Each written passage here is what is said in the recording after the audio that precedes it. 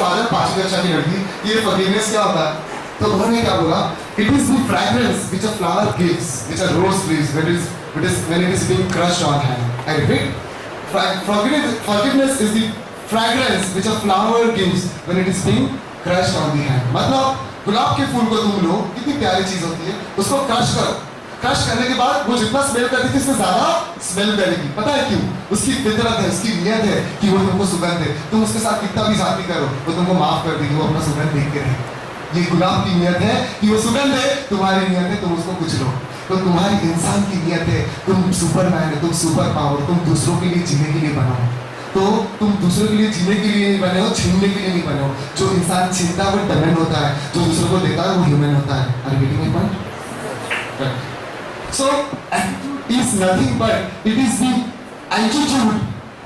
The altitude का मतलब होता है, ट्रिग्नोमेट्री में पढ़ा होगा, height which you gain is just because of your attitude, not aptitude. जितने भी बड़े लोग ऊपर तक गए हैं, वो इसलिए गए हैं क्योंकि उनके पास एटीट्यूड था। एप्टीट्यूड तो तुमसे भी कम था। अंदर की बात बताता हूँ, धीरूभाई अंबानी 10वीं कक्षा फेल है, बट डंके के चोट पे रिलायंस ग्रुप चला रहे थे जब तक के थे। उनके अंडर में सैकड़ों इंजीनियर्स और सीएस काम करते थे, और सिग्नेटरी अथॉरिटी होने के बाद उनके पास सीए बैलेंस शीट चेक करने आता था और उसमें गलतियां वो बताते थे। सीए का सीबी नहीं पता उनको। What's it? Attitude makes a difference. Dhirubhai Ambani अब जर्नी फ्रॉम भजेवाला to the biggest business tycoon of Asia, Dhirubhai. अब एटीट्यूड होता है, एटीट्यूड का बेसिक डेफिनेशन जो मैंने निकाला, ये कोई बुकिश नहीं है, ये जितना ही बोल रहा हूँ ये मेरा खुद का है, ठीक है, मेरा खुद का अनुभव है। Attitude is the behaviour towards oneself and others. It is as simple as this. Simplicity is the best policy I believe. कि जब तुम दूसरे के, एटीट्यूड का मतलब क्या होता है कि तुम्हारा खुद के प्रति व्यवहार क्या है, दूसरे के प्रति व्यवहार क्या है। खुद के प्रति व्यवहार का मतलब ये होता है, अगर किसी टीचर ने बोला आपका नाम क्या? सचिन, सचिन तू बहुत हल्का भाईता है, ऐसे किसी टीचर ने बोला, तो ये क्या सोचेगा, अरे मैं सही में हल्का क्यों रहता हूँ। इसका मतलब इसने अपने साथ एक जाति किया, इसने अपने साथ एक दुर्व्यवहार किया।